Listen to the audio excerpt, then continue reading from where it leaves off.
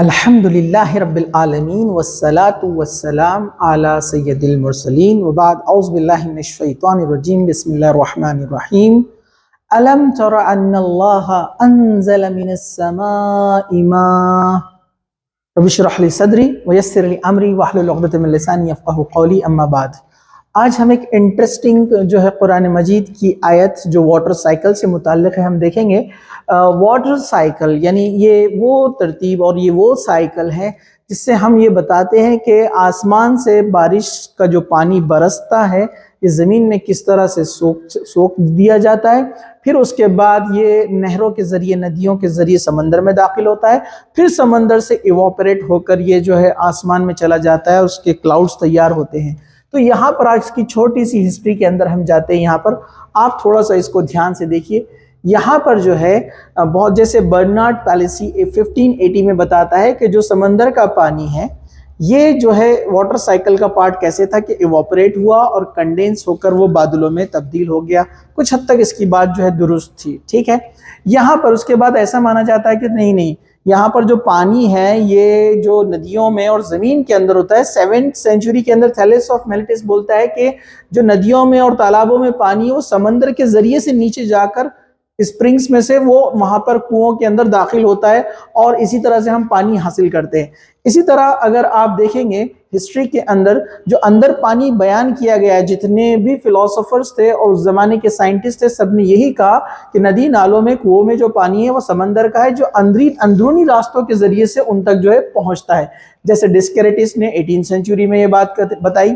اسی طرح سے اگر ہم تھوڑا سا آگے بڑھتے تو ایرسٹوٹل بھی یہ کہتا تھا کہ 19 سینچوری تک کہ یہ پانی جو ہے سمندر کے ذریعے سے ہی نیچے کی طرف سے زمین میں سے داخل ہو رہا ہے۔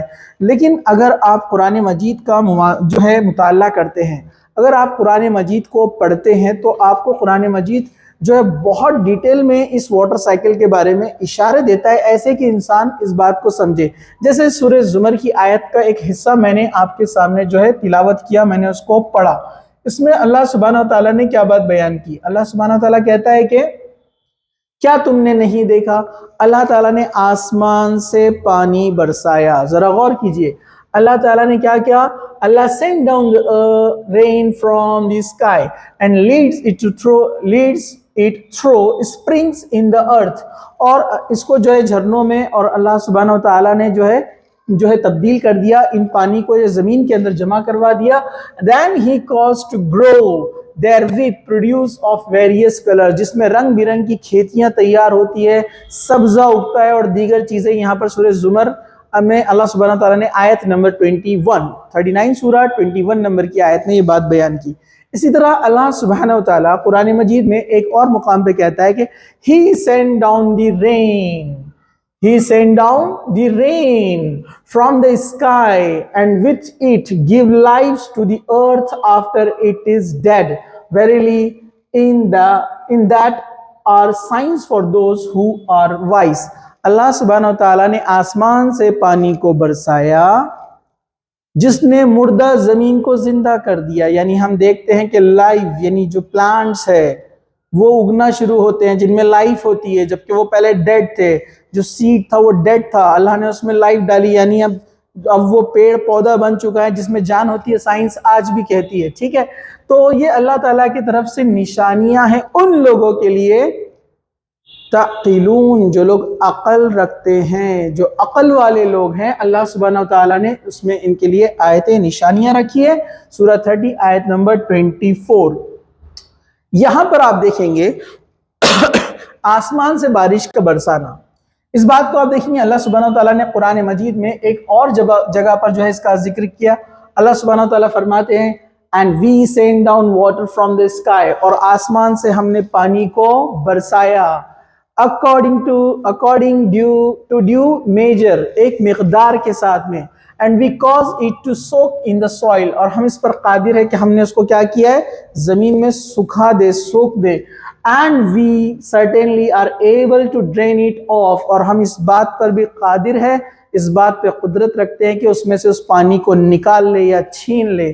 تو اللہ سبحانہ وتعالیٰ نے اس بات کو بھی یہاں پر سورہ مومنون سورہ نمبر 23 آیت نمبر 18 میں اس بات کو یہاں پر بیان کیا۔ تو ایسی تو میں نے یہاں پر 3 آیتیں آپ کے سامنے بیان کی۔ قرآن مجید میں اور بھی تفصیل سے آتا ہے کہ اللہ تعالیٰ فرماتا ہے کہ جو بارش برسی ہے آسمان سے وہی رسپانسیبل ہے ندی نالوں اور جھرنوں میں پانی جمع ہونے کے لیے، اسی سے کھیتیاں چلتی ہے اور جو ہے سبزہ اگتا ہے، ویجیٹیبلز وغیرہ پلانٹس اسی سے چلتے ہیں۔ اللہ ڈیڈ زمین کو پھر سے زندہ کر دیتا ہے، اور اللہ سبحانہ وتعالیٰ اس کے ذریعے سے رنگ برنگی چیزوں کو اگاتا ہے، یعنی نباتات جن کے بارے میں ہم بات کر رہے ہیں۔ تو اللہ سبحانہ وتعالیٰ نے جھرنوں میں، ندی نالوں میں پانی کے جمع ہونے اور سبزے کے اگنے یعنی پلانٹس کے اگنے میں جو رسپانسبلٹی بتائی وہ بارش کی بتائی ہے، اور بھی مقامات پر اللہ سبحانہ وتعالیٰ نے اس کا ذکر کیا ہے۔ تو اس بات کو جو کہ پرانے فلسفر مانتے تھے کہ زمین کے اندر جو پانی ہے، کنویں کے اندر جو پانی ہے، وہ سمندر کا ہی پانی نیچے کی طرف سے آتا ہے، جبکہ اللہ تعالیٰ نے کہا کہ نہیں، واٹر سائیکل اس طرح سے ہے کہ یہ پانی ندی نالیوں کے ذریعے سے جو ہے سمندر میں پہنچتا ہے، پھر وہ ایوپریٹ ہوتا ہے، پھر اس کے کلاؤڈز بنتے ہیں، اس کے بعد وہ بارش ہوتی ہے اور وہ پانی زمین کے اندر جذب ہوتا ہے۔